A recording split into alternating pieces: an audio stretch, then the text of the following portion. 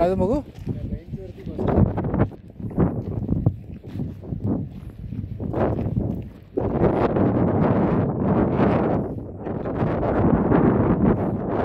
एकोणीसशे 38ला बांधलं ओशनमध्ये आणि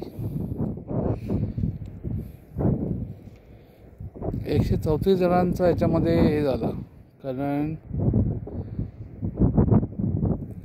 जॉर्ज 3 त्याच्या काळामध्ये 134 लोक मरण पावले.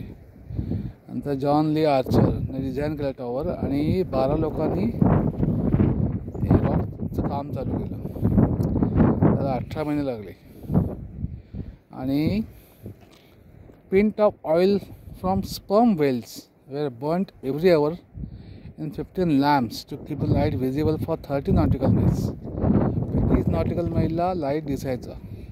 आणि नंतर कंदील आले. स्पर्म वेल्स ते आहे ना, point of oil from sperm whales, म्हणजे स्पर्म वेल्सचा शिकार करायचे आणि त्याच्यातलं जे ऑइल मिळतं ना ब्रेनमधलं, ते ब्रेनमधलं ऑइल काढायचे आणि ते दर तासाला जाळायचे.